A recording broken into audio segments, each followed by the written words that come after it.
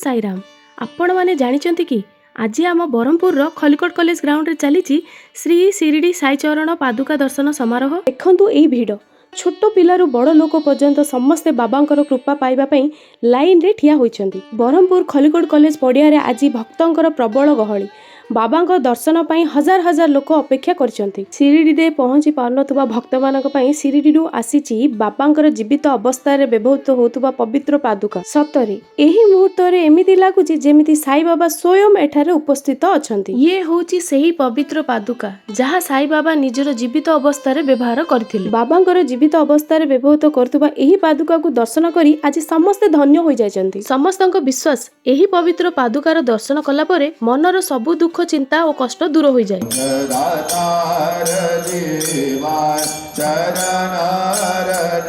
चारिआडे केवल भक्तिर माहौल वेद पाठ प्रवचन और प्रातः आळती रे कंपुची सारा सहर शुणा जाउची केवल ओम साईराम ओम साईराम। दर्शन परे भक्त मानकु पवित्र साई प्रसाद मध्य बंटन करा जाउथला। भक्त माने आनंद और भक्तिर सहित सही प्रसाद ग्रहण करुथुले। जदि आपण माने मध्य साई बाबांकर भक्त कमेंट रे निश्चित लिखंतु ओम साईराम।